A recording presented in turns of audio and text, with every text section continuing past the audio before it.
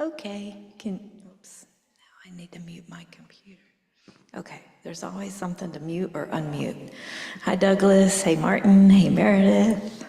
Good Hope y'all evening. are doing good. Good evening.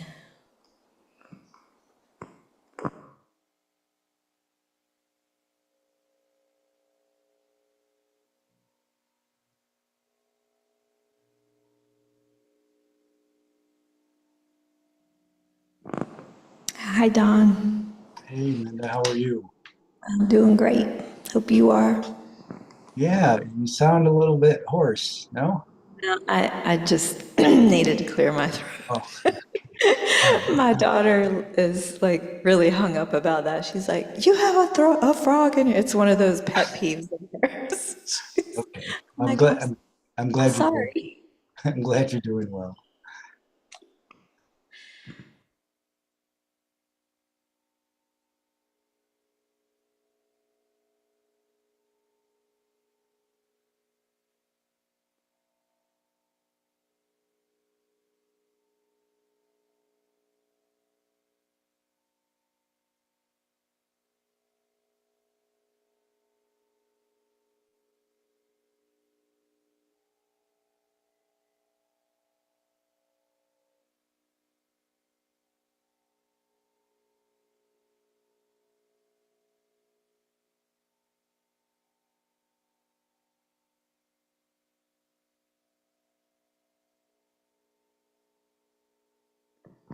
Hi, Martin.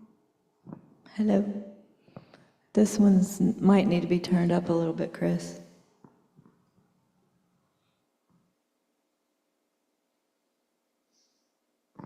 Hello. Can y'all hear me okay? Okay. I switched microphones. This one's not quite as loud, I don't think.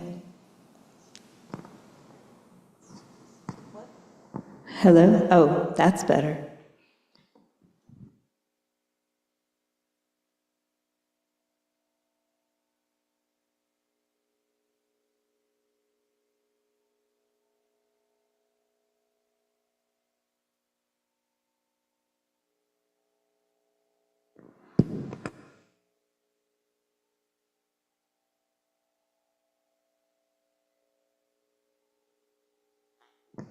How's everyone doing in the Gampa? Are you all new to discovering Buddhism? Welcome. Yeah, we'll get started momentarily as soon as Don Brown gets here.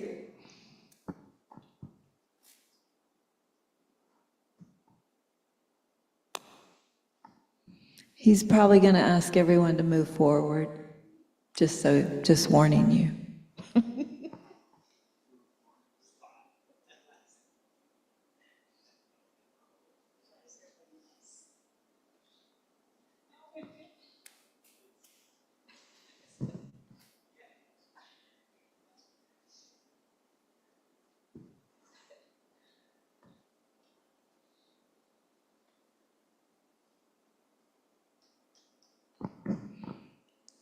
Gotcha, Martin. No problem.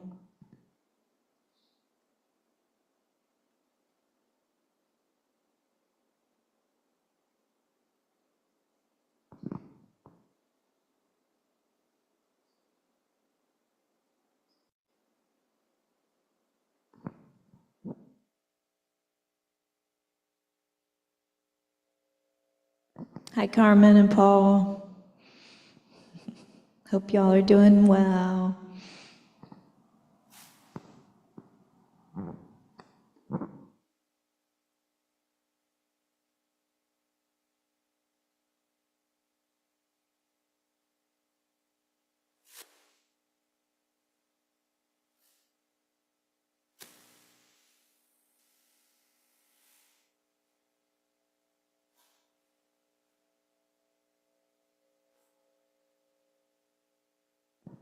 Hi, Naga. Hi, how are you? Doing good. How are This, you? I'm good. Are you in Asheville?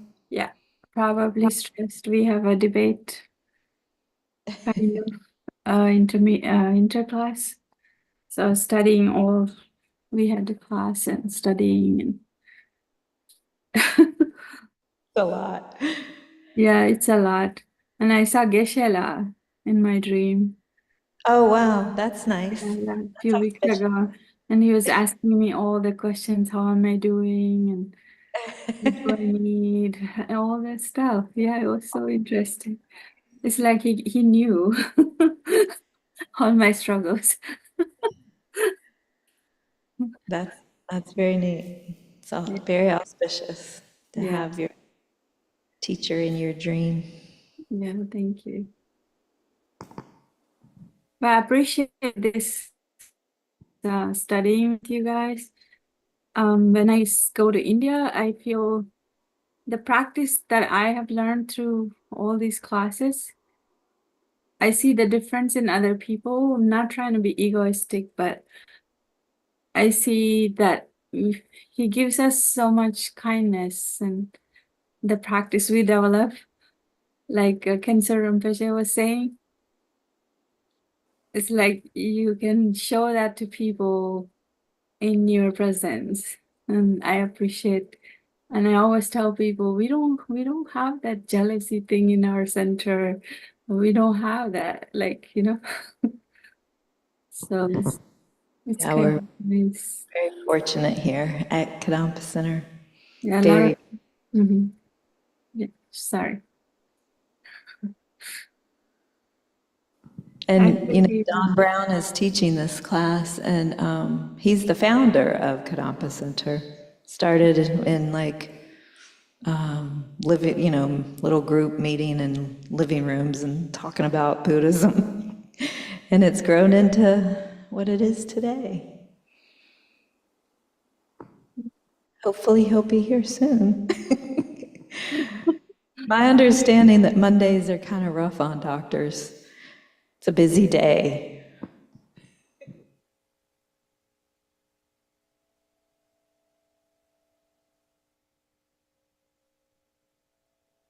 thank you.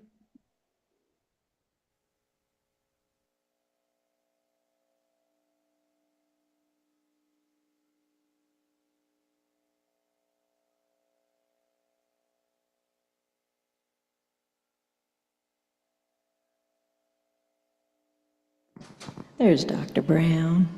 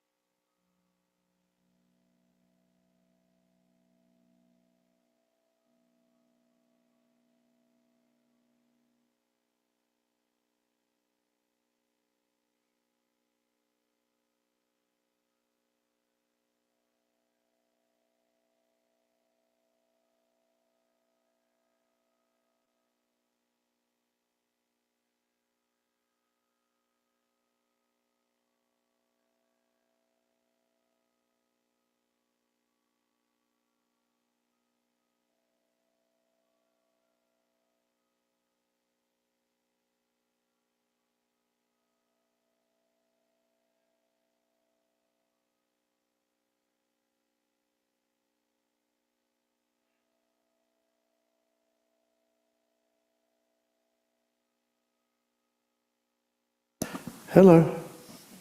Hi.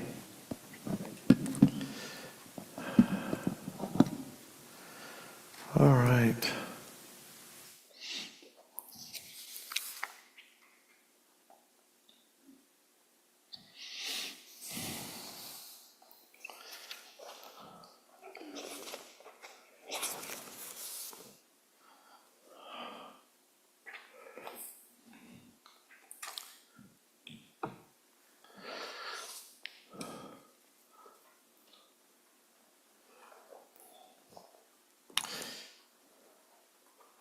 I never go anywhere without my books, even though I don't get to look at them, but they're here if I want to.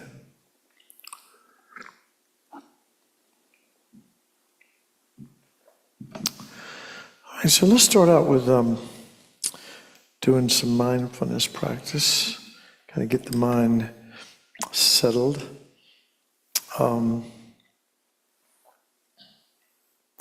Most people, like, that's a word everybody recognizes, mindfulness. So, and it does help to do a little bit of guided meditation. So sit up straight. If you're, most people here are sitting.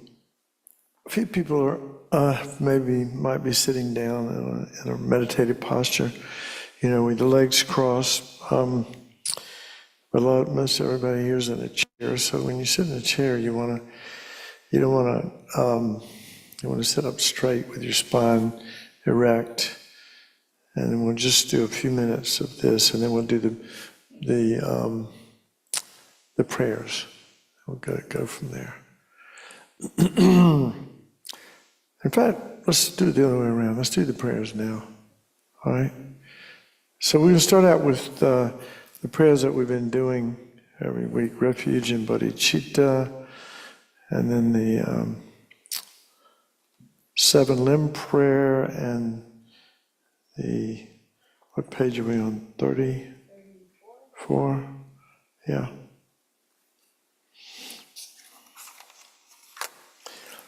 And then the mandala offering.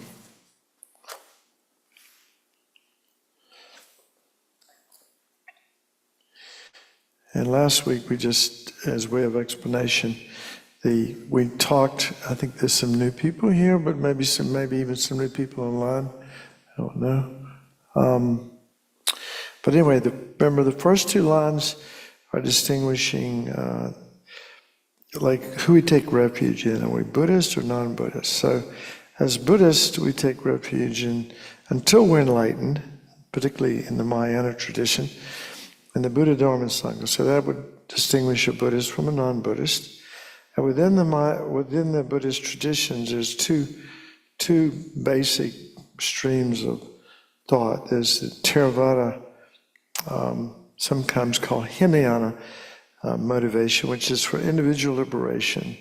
The goal would be to achieve nirvana, which is an amazing state of mind, where you're very peaceful, very happy, very compassionate, very kind. Definitely a worthwhile goal. And the Mahayana, which is the intention is to benefit others. And the method to do that is to perfect oneself, eliminate your faults, and develop your good qualities. So the second two lines distinguish those who are aspiring for individual liberation or nirvana from those who are aspiring for full Buddhahood for the sake of others. So that's that. And the four measurables: measurable love, immeasurable love, immeasurable compassion, joy, and equanimity. So those are what each one of the lines talk about. Now, maybe I'll say something about it. Okay, so I go for refuge until I'm enlightened, to the Buddha, the Dharma, and the Supreme Assembly. By my practice of giving and other perfections, may I become a Buddha to benefit all sentient beings. I go for refuge until I'm enlightened, to the Buddha, the Dharma, and the Supreme Assembly. By my practice of giving and other perfections, may I become a Buddha to benefit all sentient beings. I go for refuge until I'm enlightened, to the Buddha, the Dharma, and the Supreme Assembly. By my practice of giving and other perfections, may I become a Buddha to benefit all sentient beings. The first immeasurable is measurable love. May all sentient beings have happiness and the causes of happiness. And this is immeasurable compassion. May all sentient beings be free from suffering and the causes of suffering. And measurable joy. May all sentient beings be inseparable from the happiness that is free from suffering. And then equanimity. May all sentient beings abide in equanimity, free from attachment for friends and hatred for enemies. And then we'll do the 7-limb prayer. I'll say just a few words about this as we go, just because you don't want to be just parroting words and not know what you're talking about. And I don't even, this is a very profound prayer. But first line, reverently I prostrate with my body, speech, and mind. So that, prostrating or paying homage is the antidote to arrogance, which is a huge obstacle to learning. And I present clouds of every type of offering, actual and imagined. That's being, it's basically generosity, which is the antidote to being miserly, stingy, which is a big obstacle also for our spiritual development. I declare all my negative actions accumulated since beginning this time. So acknowledging our negativities and acknowledging them as the first step in purification, and rejoice in the merit of all holy and ordinary beings. So rejoicing is like considered to be one of the main practices of Bodhisattva, but it's also an antidote to jealousy. For example, you see somebody who's like really attractive or got a lot of money or whatever you when jealousy arises in your mind, could be for a lot of reasons. You rejoice in the other person's good fortune. Sometimes I joke about this. Somebody runs off with your significant other, and ordinarily we would be very jealous about that. But to think, oh, how wonderful that they got together. They could, they found each other, and they can. In other words, it's that sort of jealousy so painful. And rejoicing is an antidote to it, something to keep in mind. And it also enhances rejoicing whenever we do something positive.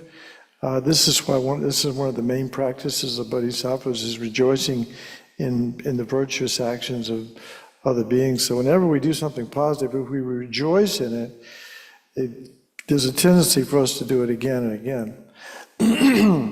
And turn the wheel of Dharma for living beings. That creates the cause for us to receive teachings. I dedicate my own merits and those of all others to the great enlightenment. The dedication is like, for example, dedication is like putting a seal on whatever positive action we've done, sending it off in a good direction. And from the Mahayana perspective, the best direction for our positive karma, our positive merit to go in is to help us achieve enlightenment for the benefit of all beings. So we want to make sure that we dedicate all of our virtues to that end. That would be the mandala offering. And this is, traditionally, this is a part of the tradition, but basically, it's imagining that the teachings is imagining that you realize how incredibly precious these teachings are, because everything you've ever dreamed of for yourself, happiness and freedom and joy and no suffering and being able to help others and all the good stuff, the Dharma is the method to achieve that. The Buddha Dharma is the method to achieve it. We put it into practice. We realize the meaning of the words in our mental continuum. It transforms our lives, and we can have incredible joy and freedom and happiness. So we see the value of that, and now we have an opportunity to receive those teachings. And so we're willing to offer a universe of jewels and everything that's wonderful, to be able to receive those teachings. So that's what the mandala offering symbolizes. This ground anointed with perfume, strewn with flowers, adorned with Meru, 4 continents, the sun and the moon. I imagine this as a Buddha fill and offer it. May all living beings enjoy this pure land. Idam Guru Ratna Mandala Kamniyata Yami. That last Sanskrit mantra means I send forth this jewel mandala to you, precious gurus, precious teachers. All right. So, so we will start out with, we'll do the mindfulness meditation that we talked about. So sit up straight.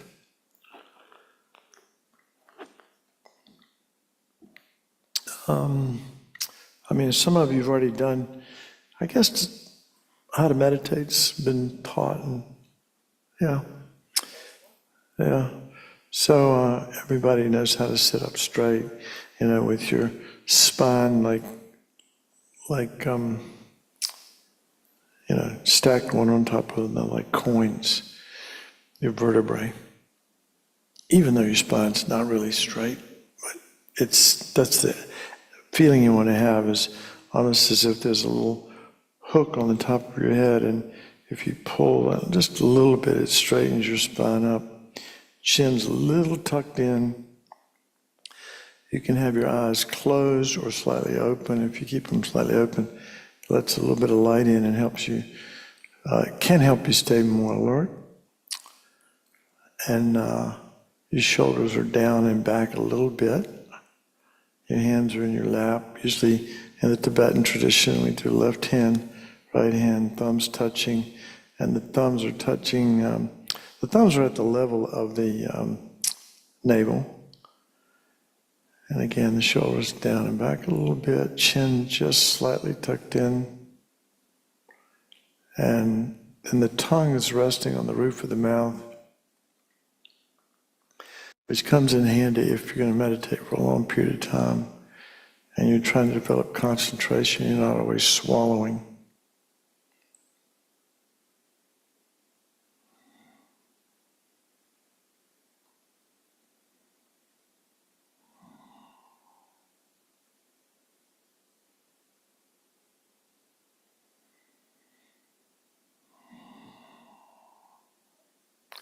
You can start out with maybe 3 deep breaths, maybe a long, deep inhalation, and then a prolonged exhalation, and do that 3 times.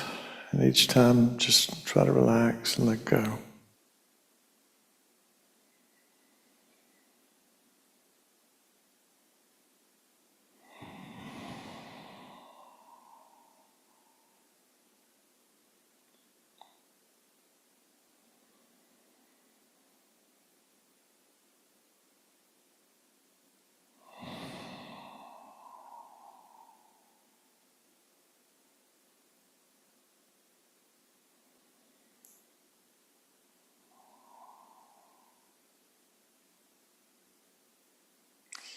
You can start by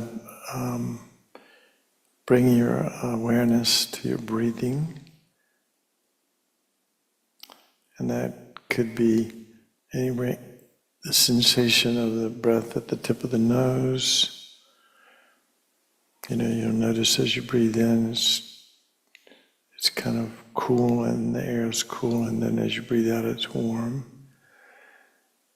And there's a time when in between breaths, you're sort of making a turn, beginning a new, the exhalation ends and the inhalation begins. You can just watch your breath. Could be the rising and falling of your abdomen, expansion of your chest, whatever catches your attention.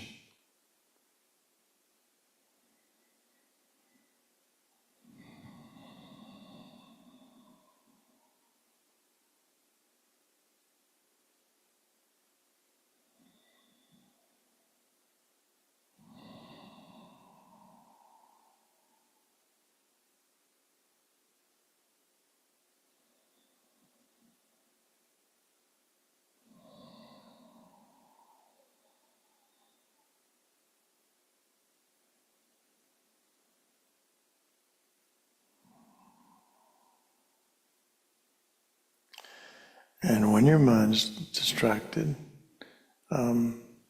that's normal. That's the job of the mind, is to be, to think, be discursive. And that's not the purpose of meditation, is not to stop thinking. Can't do that really. So as your mind distracts you from your breath, you just bring it back. You notice that you're distracted.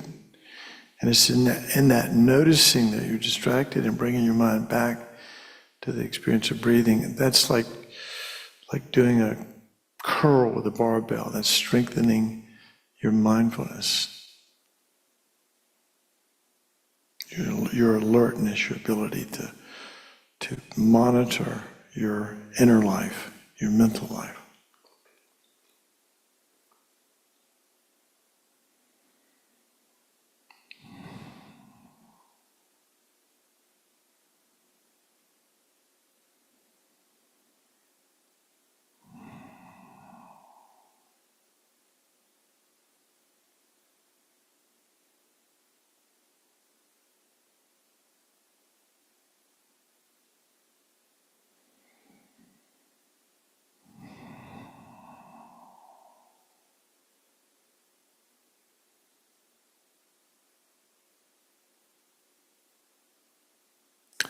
You might scan your body.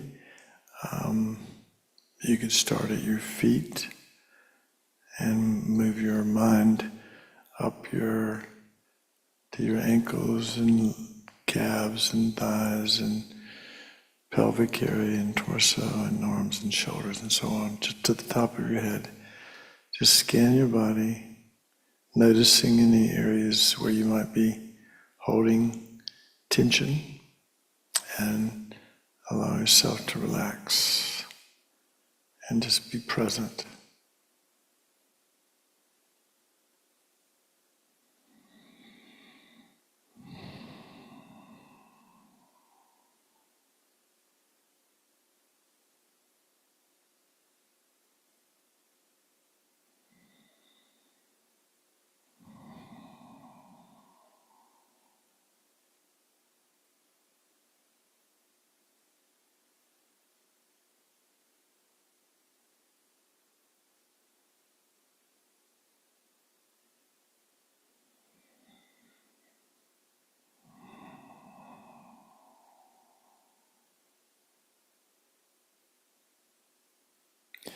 And notice just the sensation of sitting, your bottom on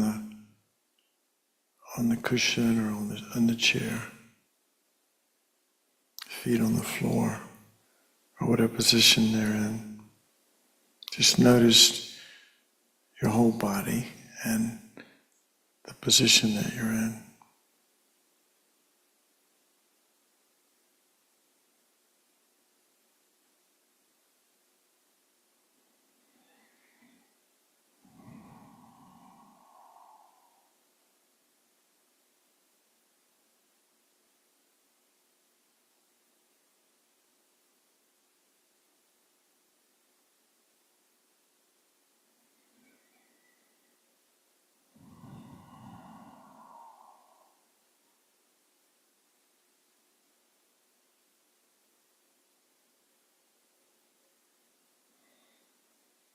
And notice sounds.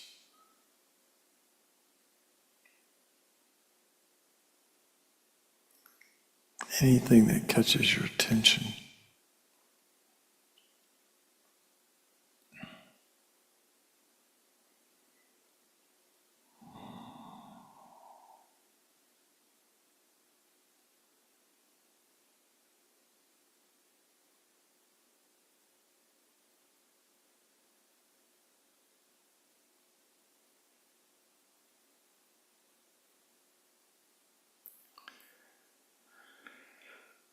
And then think of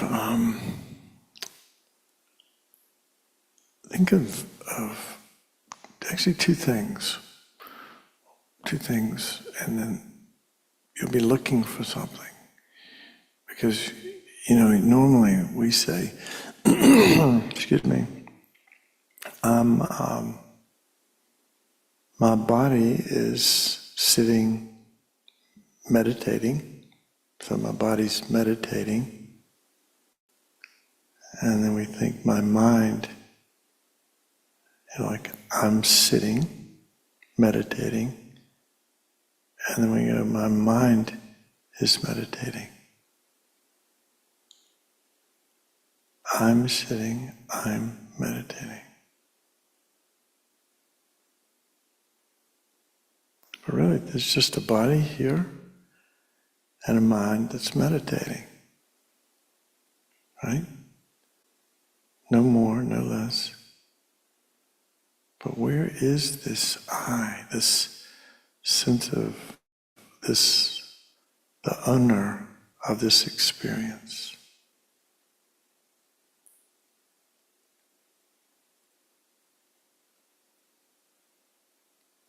See if you can find it. I'm sitting, I'm meditating. Where's the I? It must exist.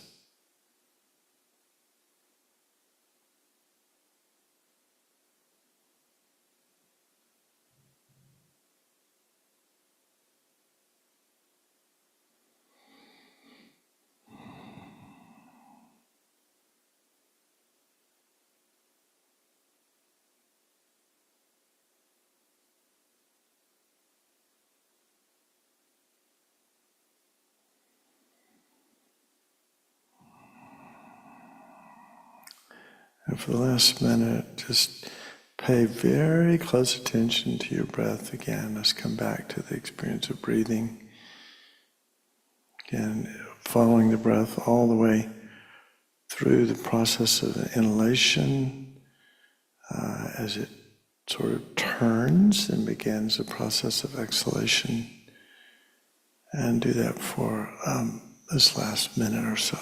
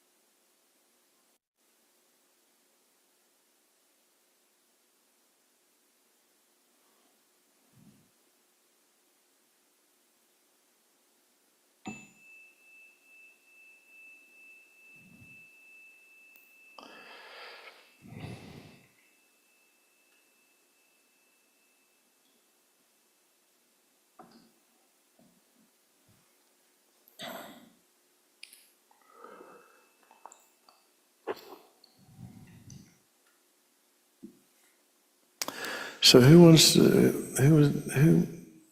here last week wants to define bodhicitta?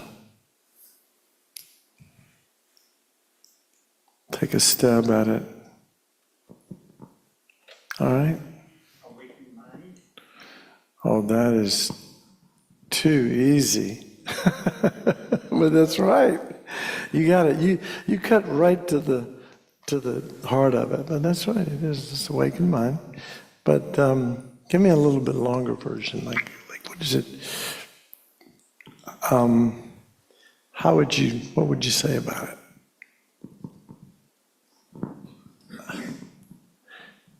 The awakened mind sounds nice, doesn't it? But it's much more than that. I mean, we need to understand what we're talking about, right? Being on the right path. That's true too, I think. That'd be my story, but yeah. Okay.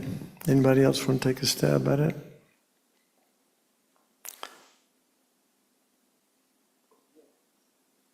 Yeah.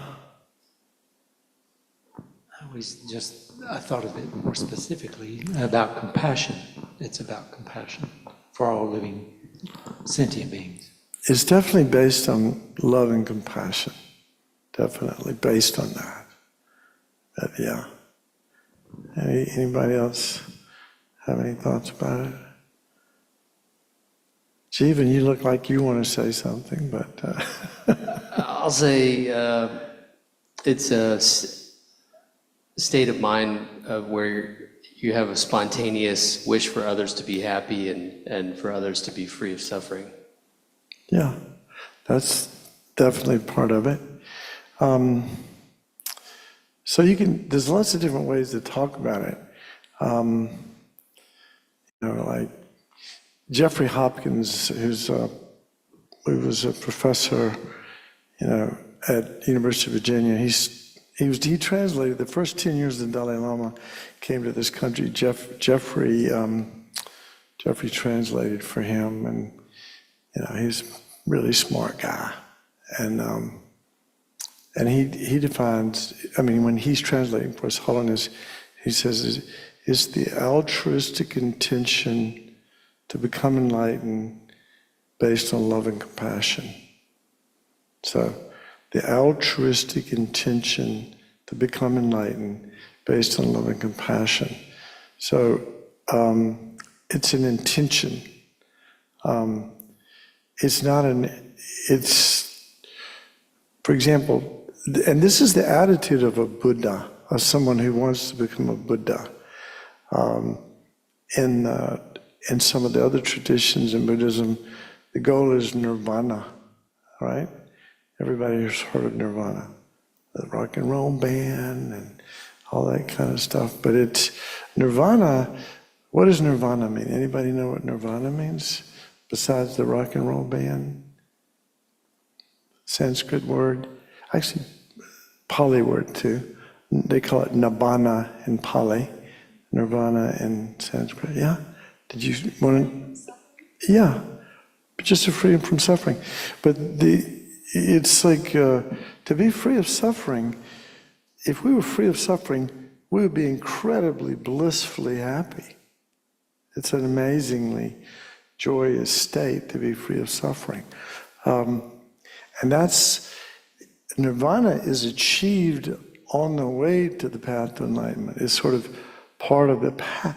It's not the goal of the path, it's just the byproduct of the path, of this aspiration to achieve full enlightenment.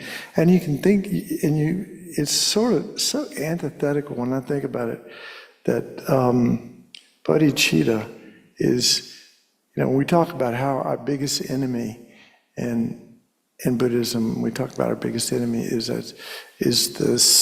this mistaken perception of self, right? We talk about it in terms of we'll talk about it tonight a little bit, the self-cherishing selfishness, this reified sense of I, which is actually, when I was, that last meditation we did, I said, okay, I'm sitting, and my body's sitting, and my mind is meditating. Where's the I? Where's the I? We can't really find it. We're just using terms, but there's no place in the body or in the mind where you can say, oh, there's the I right there. So we realize what happens in our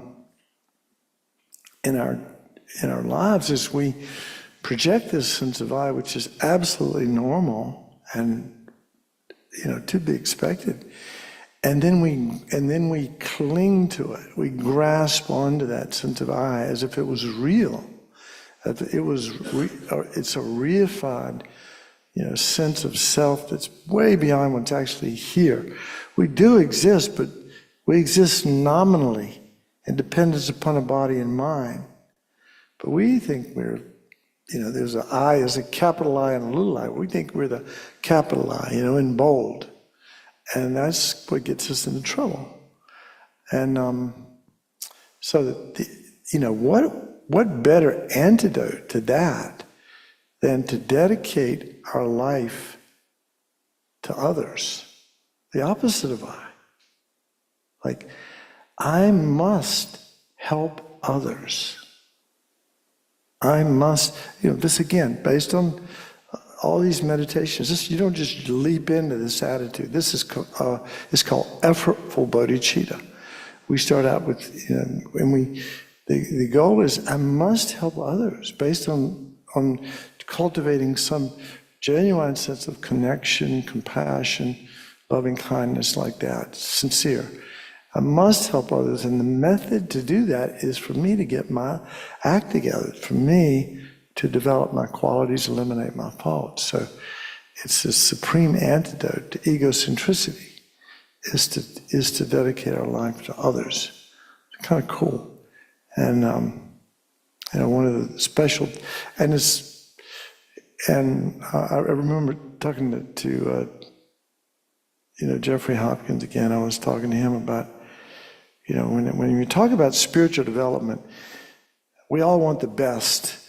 We want the fastest and the best and the most, at least I do, the quickest way to get the results. And so what's the best way to do that? It's developing this bodhicitta attitude. And I asked Jeffrey Hopkins one time, I said, why is bodhicitta so powerful? What does it make? What makes it so powerful? Why is it like rocket fuel for our spiritual practice? Whereas, when we're slugging it out with our ego, which happens a lot, but with bodhicitta, it's definitely other-oriented, not, the focus is outward, not me, I. What makes it so powerful? And he said, and again, this is the party line, but because it's dedicated not just to your family or to, your spiritual practice isn't just about you, it's about infinite others who are countless. So it's that attitude where whatever positive karma we create, whatever energy we create, merit we create, is dedicated to countless others. And so that augments it, enhances it tremendously. And that's why it's considered to be, it's the only way to get enlightened. You gotta want it. You gotta want enlightenment to get enlightened. And you need a lot of merit to be able to realize emptiness and compassion simultaneously, and have all these positive states of mind.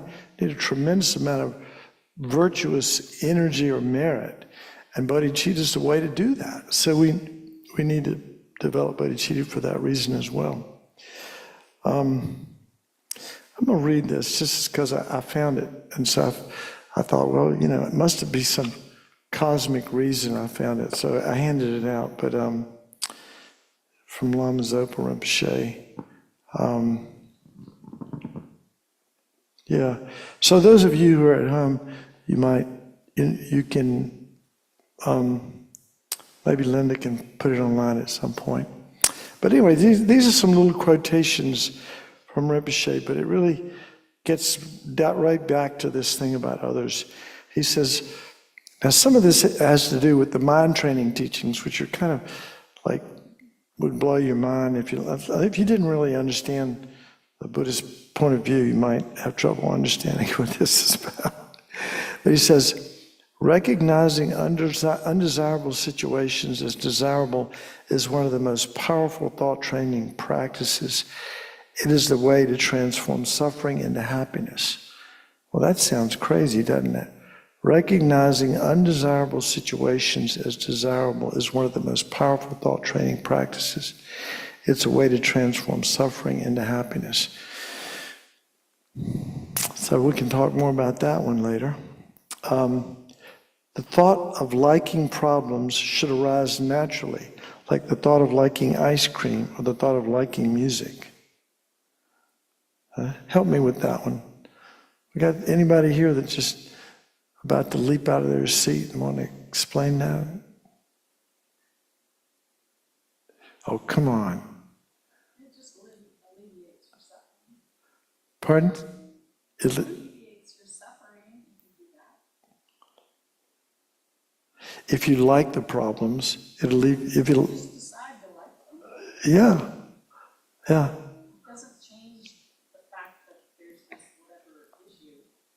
Yeah, Hang on, Suzanne, can you use the mic so folks online can hear? that's a good, yeah. I was just saying that to recognize undesirable situations as desirable just decreases your suffering. Yeah, because when we, again, it's our interpretation anyway, isn't it? Right. And if we have an aversion to a situation and we change our mind, and there's, Buddhist thought training, there are ways, there's actually rational reasons for seeing undesirable situations as desirable. For example, we talked about this a little last week. For example, when we, in the equanimity meditation, which is the very first one that we need to become familiar with and really gain some mastery over, we take three categories of beings, the friend who we cling to, and the stranger who we feel indifference or apathy toward, and then the so-called enemy or the being that we feel aversion toward. And then the hardest one to develop equanimity for is the person we feel aversion toward. But then we think about, okay, let's see, the person who's harming me, my so-called enemy, or the person I feel aversion toward because they've harmed somebody else or me. But in essence, what are they teaching me? They're teaching me patience, right? We don't learn patience from our friends.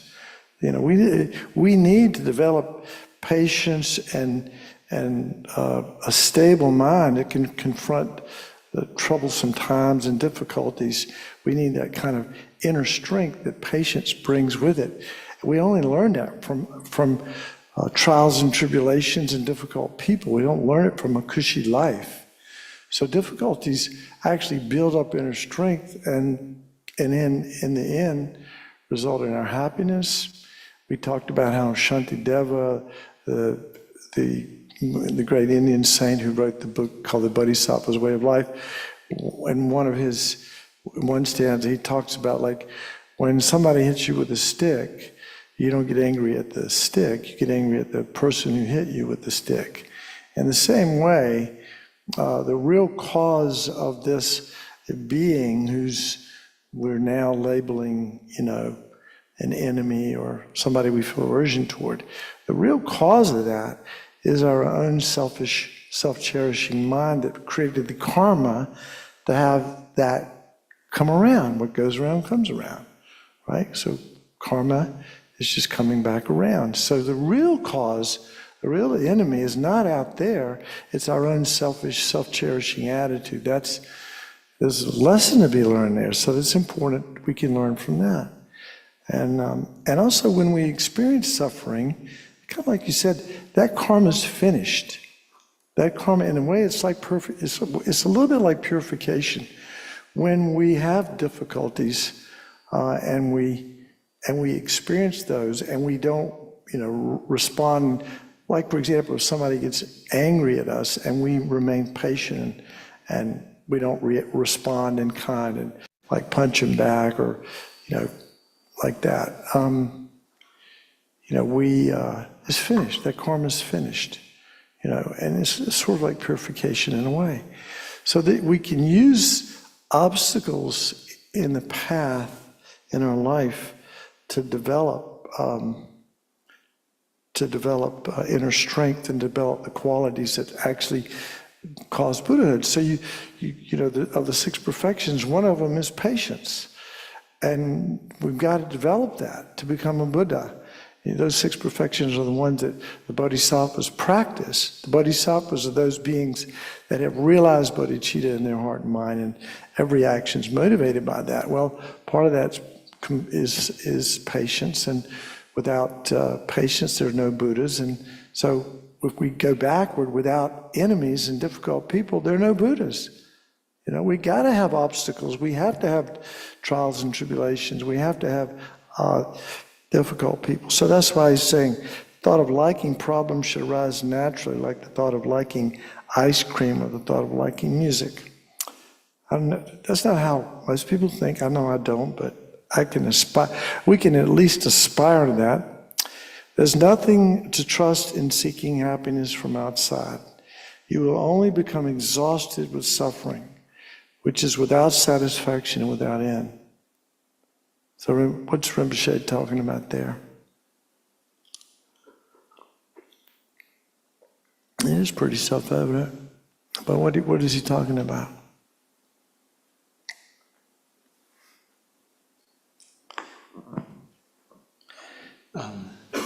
This is Kenny. It's about change has to be inward, not. Shantideva talks about.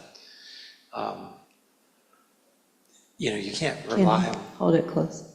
Oh, okay. All right. Yeah. Trying to change things outside of you is impossible. You have no control. But you do have control of what's inside. Right. In fact, I think it was Shantideva that said that I think it was, he was talking about it, the world is a kind of a thorny place. And, to go around and try to change everything out there to make yourself happy is difficult. But hey, put on a good pair of shoes, Get control of your mind, and then we can handle thorny situations, and there's possibility for satisfaction. All right, no desire means no disturbing emotions. This is interesting. No desire means no disturbing emotions, no pain of attachment, no pain of anger, no pain of jealousy. There is tranquility, peace, openness, no barriers, space for sincere love and compassion. We're really hammering desire here, which in our culture is not really considered to be a problem, is it? Actually, we kind of, we think of it as a wonderful thing. But in Buddhism, it definitely, in the Second Noble Truth, that's kind of the main, that's sort of the main affliction. The First Noble Truth is dukkha, that we're all sick, that we're all, that life, unenlightened existence is really problematic and painful and in suffering. What leads to suffering? Unenlightened existence. Enlightened existence is different, but unenlightened existence, which is what I'm going to say 99.99999% of the beings experience, is suffering. And then the Second Noble Truth was the cause of suffering, and the principal cause of suffering is actually the ego, but of the afflictive emotions, we think we really pinpoint desire as being the big one. Anybody have any thoughts about that one?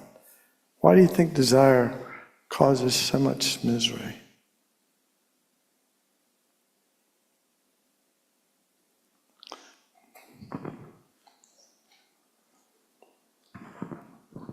Probably think it will bring happiness, desire, until you get it, and then you realize it's just for a short time. Mm-hmm. And after that time passes, you want something else. Again. Kind of like drinking salt water. They use that, that's an example in the text. Yeah, you're sat, you drink the salt water and all, you think, oh, my thirst is quenched, and then pretty soon you're in deep trouble. Because you can never satisfy, your negative can never be satisfied. As long as we have this unquenchable desire. And there's a great teaching on, it's called the 8 worldly dharmas that we talk about. It has to do with desire. But when we talk about these emotions, there's afflictive desire, and then there's a healthy healthy kind of desire, because desire is part of life, and we don't have to think of it as necessarily all negative, because when we're hungry or we need something, we can desire it without it being an affliction. But the afflicted desire is this clinging attachment, this clinging desire that we're talking about. And I mentioned this last week, but I'll say it again. This Buddhist monk that I met in Thailand many years ago, Ajahn Buddhadasa,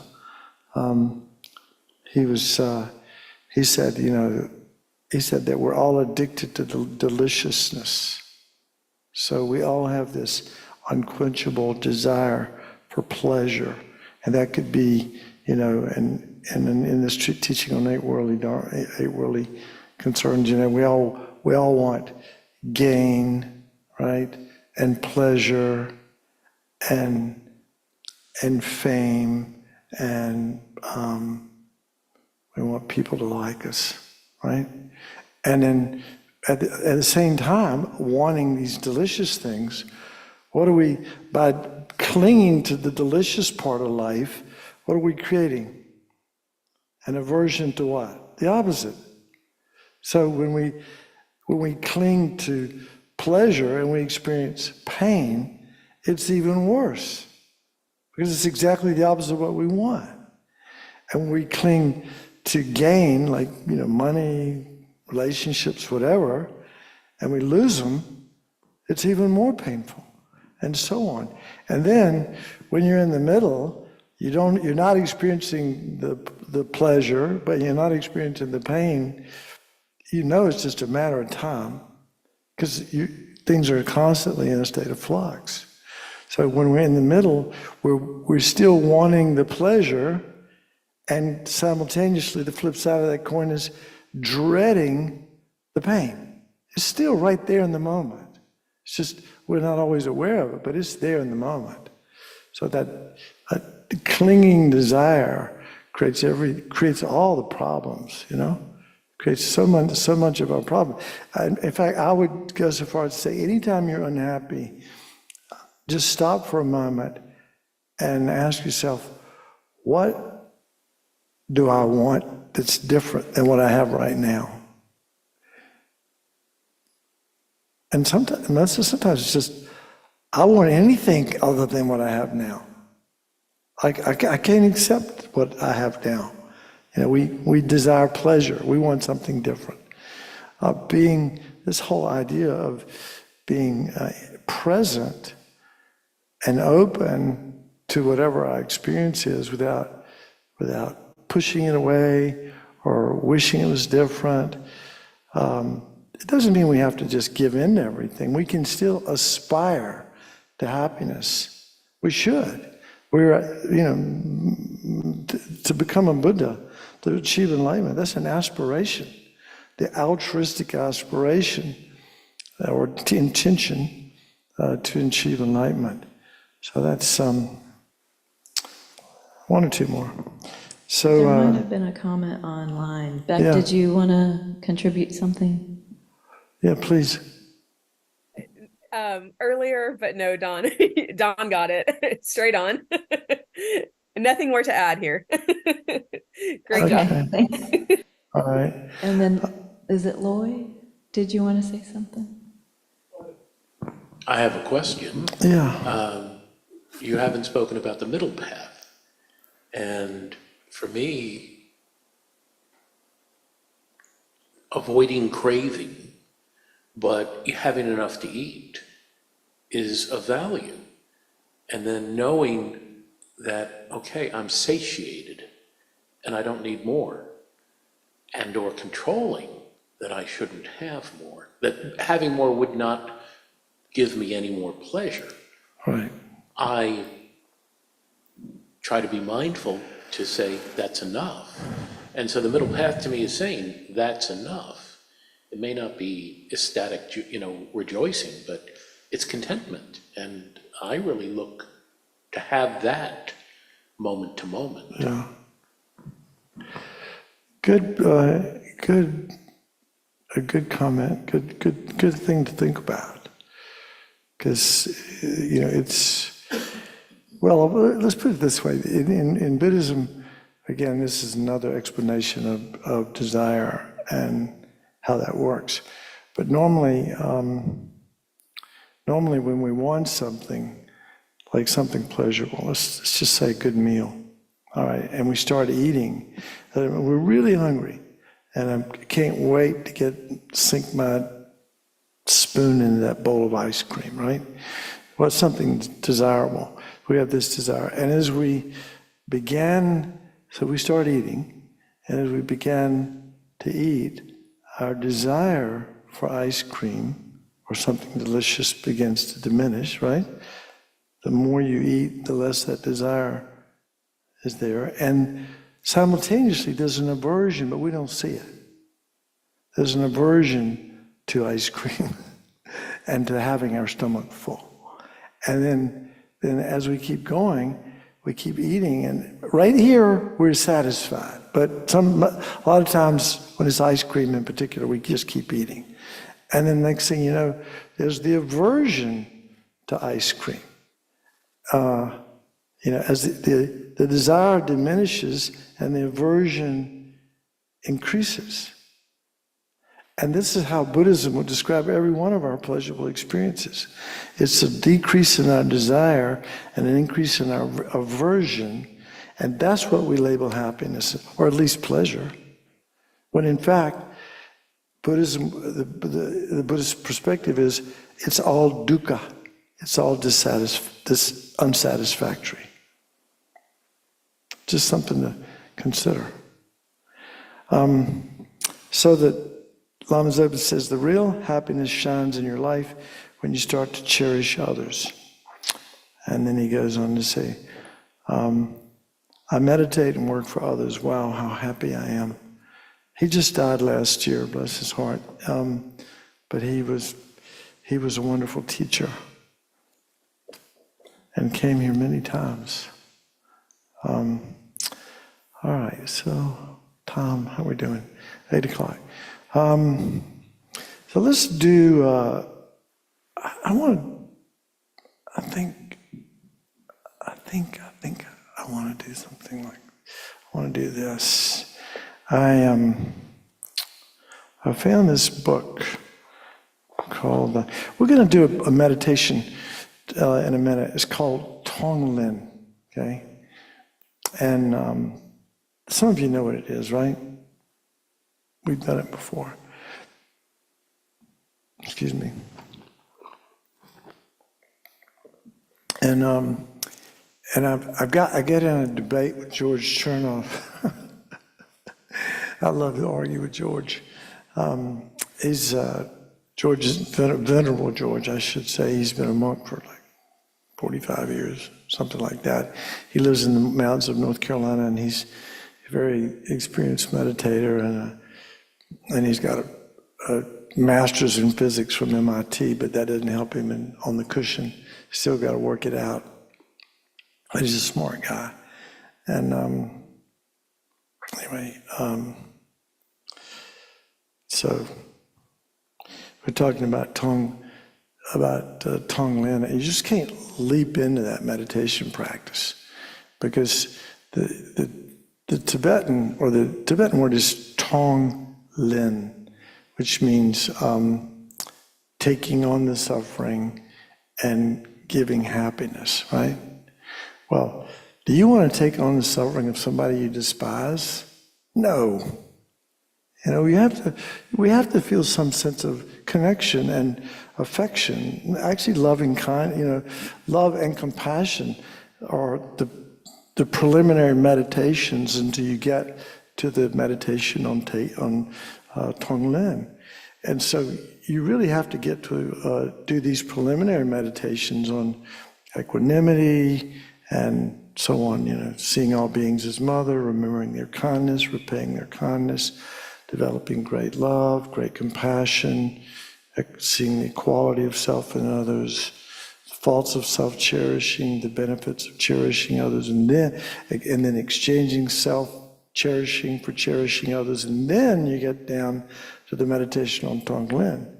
So now you're ready to go deeper, and So the meditation, it's, the word is traditionally taught, Tonglen means taking, and wait a minute, let me get this right. No, it means giving and taking. But the way it's taught by most teachers is we take on the suffering of others, which is the action of compassion, right? May you be free of suffering and its causes. Well, we imagine in our breath, we imagine others suffering. We start out with ourselves, of course, but then we can imagine loved ones and then people around us, our working families and communities in the whole world. But anyway, we start out by imagining that we're taking on the suffering of others, and then that destroys our self-cherishing attitude at our heart. And then as we breathe out, we're breathing out white light, which gives others happiness and the causes of happiness. And we imagine that they actually experience something really positive. The argument I had with George was, well, look, if you just stop them, if all of a sudden you want to do Tonglen practice, well, you're not going to want to take the suffering of somebody you don't like away. In other words, you really do have to have done the preliminary practices. You really have to develop a sense of connection to and genuine caring for someone before you're going to want to take their suffering away. So again, normally, I think it ought to be like giving loving kindness so that you really feel connected to that person. And that's actually what Tong means, giving, and then Len means taking. But then you take the suffering. But it depends on who you're dealing with. If you're dealing with somebody that you love, it's easy. But if you're dealing with somebody that's difficult, then you really have to think about why you like them before you want to give them happiness. And then you can, again, have the attitude that you want to take their suffering away, and you imagine you do that. But again, this is all about developing, cultivating this attitude, really accelerating the cultivation of the attitude of bodhicitta. And it's said that a lot of the great Buddhist saints of the past, they tried to practice Tonglen with every breath. In other words, with every breath, when they would breathe out, they would breathe out, imagine breathing out happiness and its causes, so that all the beings that were in front of them, or even ones that they couldn't see, would be happy. And as they breathe in, they're breathing in the suffering of all beings. It sounds, like I said, a little bit like Jesus on the cross, doesn't it? Like I'm taking on the suffering of the world, and I'm giving back everlasting life. Something, it just occurred to me when I started doing this practice. I thought, that sounds a lot like that. But the Christians don't buy that, but that's, as a Buddhist, we can say it sounds somewhat similar. So when we do Tonglen practice, again, it's based on having done the preliminaries, but we're not going to have time to do them all tonight. But we can do this practice, at least start with yourself.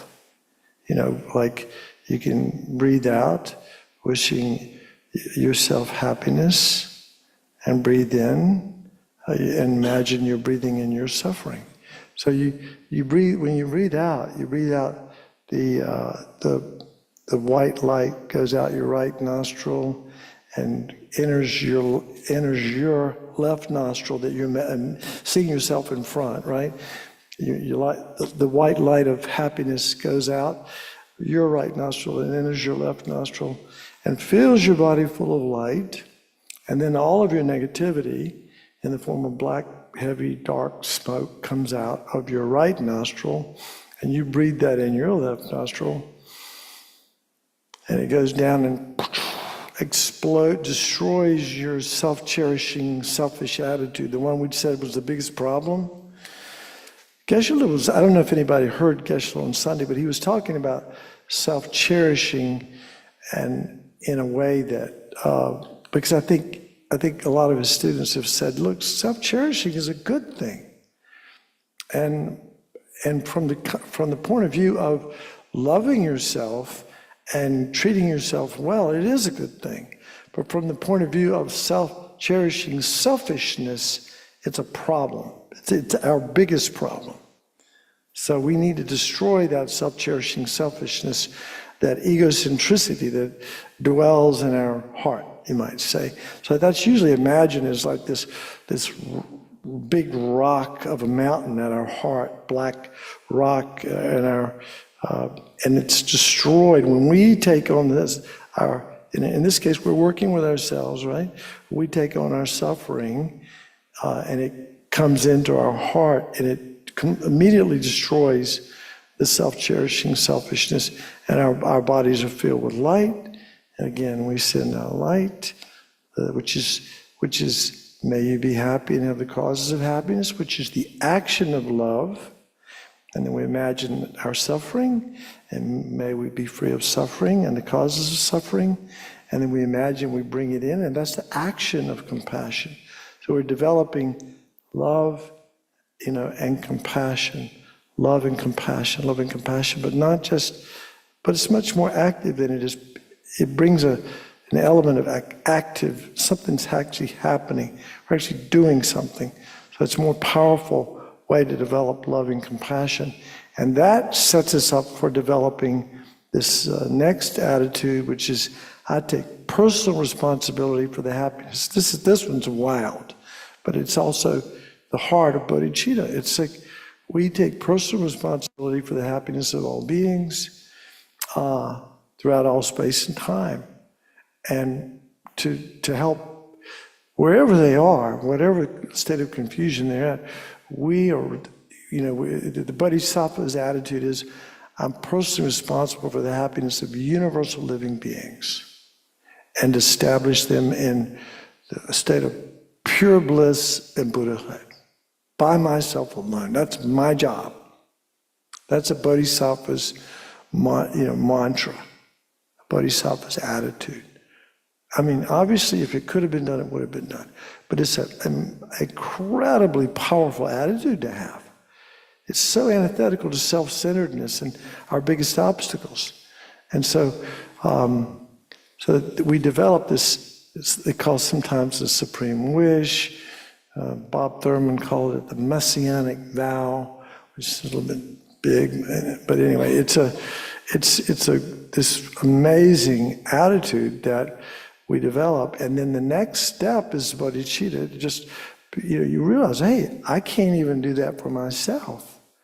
The only person who could actually help others really develop themselves fully would be somebody who had eliminated their faults, developed all their good qualities, developed skillful means, knowing exactly what to say and do in every situation to help others, and had power and wisdom and compassion, all the good stuff, all the things. And that would be a Buddha.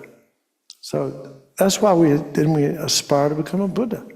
But it's based on these steps these little baby steps that we take along the way to get to there. So let me just read what, this is Lama Yeshe. He was my, I met him, he's over here, the one with a lot of teeth. Lama Zopa is thin. I can't look back there. But anyway, Lama Yeshe was the founder of the FBMT, and he says, the realization of bodhicitta is the most important thing throughout the entire journey to enlightenment. If we wish to reach the highest possible destination, we must cultivate the highest possible motivation for following the spiritual path. In Buddhist terminology, this supreme motivation is known as bodhicitta. Sometimes you see it's bodhichitta, and then sometimes just citta. It's known as bodhicitta. It is the impulse to achieve full enlightenment in order to be of the most benefit to others. Only through dedicating ourselves to working for the happiness of all beings, in other words, only by cultivating the open heart of bodhicitta, can we ever experience supreme happiness ourselves. The dedicated attitude of bodhicitta is the powerful energy capable of transforming our mind completely. This can be shown to be true through our own experience. It's not something we have to believe in with blind faith. When we have developed bodhicitta in our heart, all the good things in life are magnetically attracted to us and effortlessly pour down upon us like rain. At present, because our heart is filled with self-cherishing thoughts, always seem to attract us misfortune. But with bodhicitta, we automatically attract good friends, good food, good everything. As His Holiness the Dalai Lama has said, if we're going to be selfish, at least be wisely selfish. You know, as Dalai Lama calls it, enlightened self-interest. So he says, as the Dalai Lama says, if we're going to be selfish, at least be wisely selfish. What he means by this peculiar sounding advice is that, in a way, bodhicitta is like a huge selfish attitude. When we dedicate ourselves to others with loving kindness, we get back far more happiness than we could ever experience otherwise. Let me say that again. So what he means by this peculiar sounding advice is that, in a way, bodhicitta is like a huge selfish attitude. When we dedicate ourselves to others with loving kindness, we get back far more happiness than we could ever experience otherwise. Ordinarily, we get so little happiness, and it is easily lost. So if we want to be happy, if we want to be as happy as possible, the only thing to do is to dedicate ourselves wholeheartedly to the welfare of others. Now, some people might have a problem with that. I mean, a lot of people do.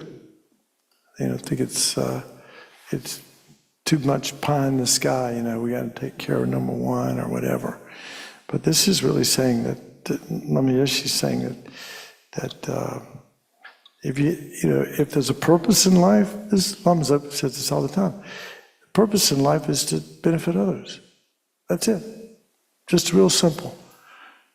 A purpose of my life is to benefit other beings, whatever that looks like, whatever it takes.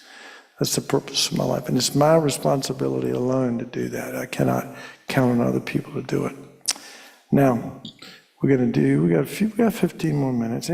Before I launch into this Tonglen meditation, any questions about anything or comments? This crowd online has been real quiet tonight. Don, you got something on the tip of your tongue, but you're not showing us. No, it's okay. I'm enjoying the discussion. It feels a little bit like a pep talk, doesn't it? But it's all good. I mean, it brings a lot of positive thought, so I appreciate it. okay. Anybody else have any thoughts or questions or comments? John, I was wondering how long you were in India doing this study and getting to know geshes, and what was your journey like? I would like to know.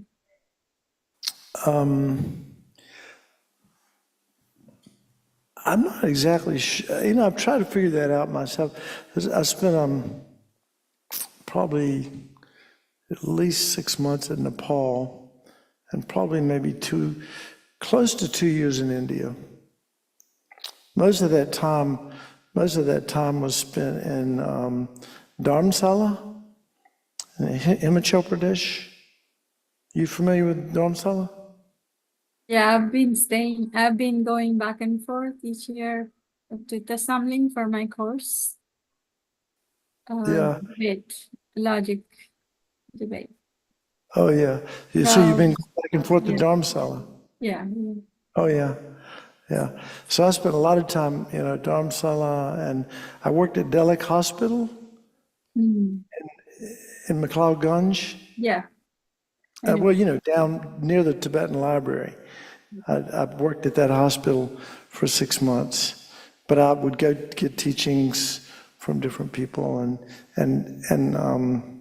at Tushita, which is the FPMT center up on the hill. Yeah. Climb above McLeodganj. So yeah, I spent a lot of time there, and then a lot of time in Bodh Gaya. Maybe close to 6 months in Bodh Gaya, maybe 4, which is, a pilgrimage site. It's where the Buddha got enlightened, and I used to go, as part of the, back when I was a Dharma bum, back in the day. Before I had a real job. Well, I had a job. I had a degree, but I just was spending some time traveling and then studying Buddhism at the same time. But it was all good. So Yeah, I was just questioning myself because I've been studying with the ILTK, the Italian School Debate and Logic, and each year we have to go to India. And I was just wondering if I'm self-cherishing by giving me this study. by giving what? Giving myself to study this, I'm trying to see if I'm self-cherishing myself. Hey, it's enlightened self-interest, remember? It's being, like being, it's a smart kind of selfishness, because in the end, it brings, amazing results. So I wouldn't worry too much about that. So let's do, any other comments or questions? Yeah. But by the way, when I was traveling, because I got very into, well, I don't know, shouldn't say an I too many times, but it's not. Anyway, no, but I got interested. I enjoyed all of Buddhism, and I spent time, and I went to Thailand for 6 weeks and went to different monasteries and tried to do some Vipassana retreats in Chiang Mai, and then down in southern Thailand, a place called, I want to say Swan Mok, but that's an island. Anyway, someplace in central Thailand, and then Ubon province, another place. Anyway, I spent 6 weeks in Thailand trying to learn a little bit about Theravada practice, and then I went to Japan and did a Zen session for 1 week. Talk about suffering. That was a lot of work too. Well, meditation is not easy. Anybody who's done it before, put some effort into it. It is worth it, but it is incredibly hard work for your body and your mind, really. So yeah. So then I also went to Sri Lanka for 3 months one time, near Kandy, to do some practices, and so I spent a lot of time in Asia, and I love the spiritual energy in Asia is so amazing. It just makes Dharma practice so much easier. Much more difficult to do it here. That's why Lama Yeshe says it's doing it in the West where there's so many obstacles makes it even more powerful, because in Asia it's much easier. Just something to think about. All right, so we'll do this is Lama Yeshe. Let's start out with a couple of minutes of just mindfulness of your breath, bringing your attention to the moment. And then I'm going to read this Tong Lin meditation. And by the way, this is, if any of you have this book, Lam Rim Year, Making Life Meaningful Day by Day by Lama Yeshe and Lama Zopa. Whatever. Anyway. This is day 283.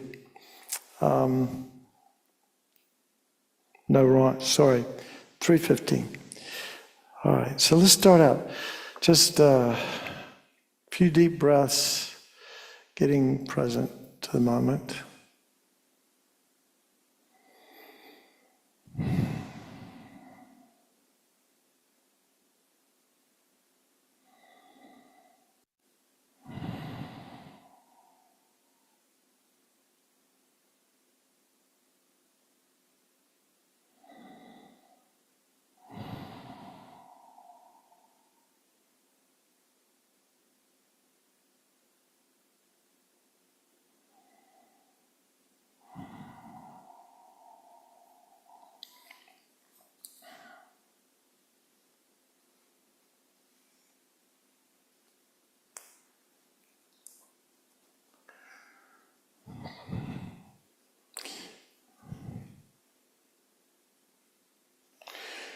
So this is Lama Yeshe saying the most effective way of training our mind to overcome self-cherishing is to practice Tonglen meditation. What is the technique for actually practicing taking and giving meditation, which Tibetans call Tonglen? So we'll start by breathing out through your right nostril. Visualize the air you exhale in the form of white light, the essence of which is all your positive energy and wisdom. This white light radiates to all sentient beings of the 6 realms. We're going to leave that part out. We're going to start out with just yourself. But you could, again, is to make it more real, I think it helps us to start out with ourselves. Most teachers say you start with yourself, then with people that you love and care about, and then gradually, but if you think of like universal living beings in human form, you could do that too, if that resonates for your mind. The white light radiates to all sentient beings in the 6 realms of samsara and beyond. It enters their left nostrils, goes into their heart, and generates in them great bliss. Visualize the air they exhale in the form of black smoke, the essence of which is all their negativity, confusion, and heavy suffering. This dark, polluted energy enters your left nostril and goes down into your heart. Don't leave it outside of you. Bring it right down into your heart so that your ego and attachment completely freak out. Do the above cycle breathing, white light out through your right nostril, black smoke in through your left 3 times. And then breathe out your left nostril and in through your right nostril 3 times. Again, breathing out the white light and breathing in the black smoke. And then breathe out and in through both nostrils together 3 times. At the end of each 9 round, concentrate for as long as you can that you and all sentient beings have been completely purified of all suffering, negativity, and dualistic mind that are fully enlightened, experiencing everlasting bliss that pervades your entire body and mind. When you lose focus on this, repeat this 9 round once more. You shouldn't think that this is just a fantasy, and that doing this meditation makes no difference in the suffering of ourselves and others. Actually, it's a profound practice, and each time we do it, it brings us and all other sentient beings closer to enlightenment.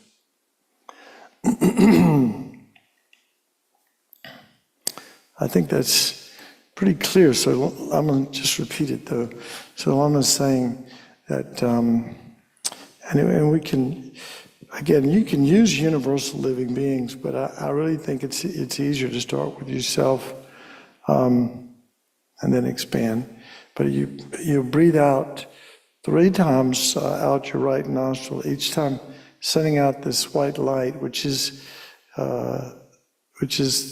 if that white light could speak, it would say, "May you be happy and have the causes of happiness." And then you can see yourself breathing it in through your left nostril, and it completely fills you with this blissful energy. Your whole body's like completely white and filled with this blissful energy. And then all your negativity sort of goes out your left nostril, and the you in front of it, hold on, I got it wrong.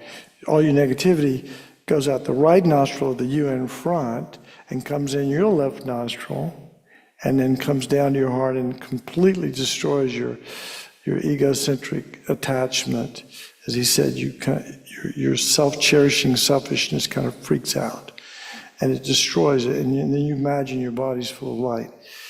Okay, so you do that 3 times out the right nostril, breathing out white light, the light of loving kindness, and breathing in, taking on the suffering of yourself, That's the action of compassion. You do that 3 times and through the right, and then you do it through the left nostril, breathing out white light and breathing in black smoke. Again, out white, in like that. And then you do both nostrils. You breathe out, you do the white light of loving kindness and compassion, and then you breathe, taking in the suffering of others, of yourself in this case, and again, destroying self-cherishing. So I hope I haven't confused you, but you get the point. It's called, we're using this 9-round breathing technique that many of you practiced, if you've come here before, where you breathe out one nostril in the other one. But this time we're combining it with this meditation to develop loving kindness and compassion called Tonglen. So you could do this on your own for a few minutes.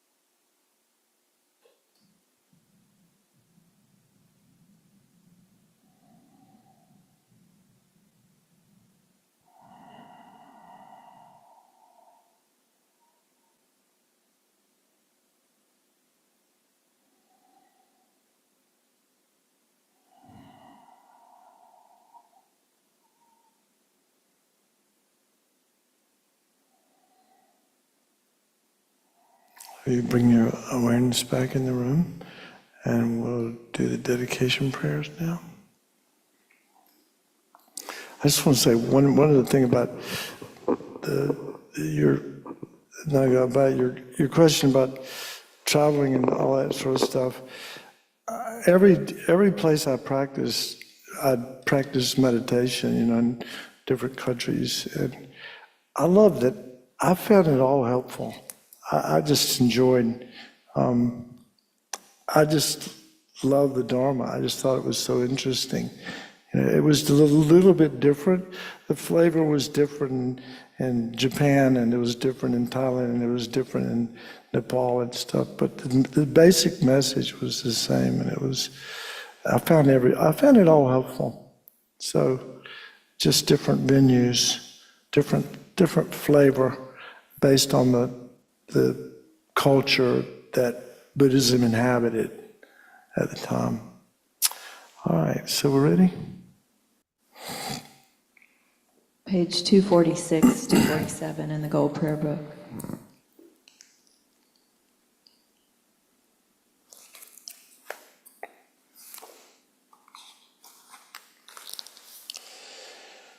So again, before we just launch into this, we want to understand what we're doing. So we're dedicating our whatever virtuous merit we've created, whatever positive potential. We planted, like we've been gardening here, we've been planting seeds of virtue. These seeds will ripen in happiness in the future. But we want them to ripen into the happiness of supreme enlightenment so we can really help others. So this is the dedication, that's the mindset that we have when we do this prayer from Master Shantideva. May all beings everywhere, plagued by sufferings of body and mind, obtain an ocean of happiness enjoyed by virtue of my merits. May no living creature suffer, commit evil, or ever fall ill.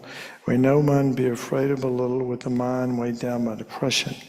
May the blind see forms and the deaf hear sounds. May those whose bodies are worn with toil be restored on finding repose. May the naked find clothing, the hungry find food. May the thirsty find water and delicious drinks. May the poor find wealth, those weak with sorrow find joy. May the forlorn find hope, constant happiness, and prosperity. May there be timely rains and bountiful harvests. May all medicines be effective and wholesome prayers bear fruit. May all who are sick and ill quickly be freed from their ailments. Whatever diseases there are in the world, may they never occur again. May the frightened cease to be afraid, those bound be freed. May the powerless find power, and may people think of benefiting each other. For as long as space remains, for as long as sentient beings remain, until then may I too remain to dispel the miseries of the world. Okay, so have a good week, and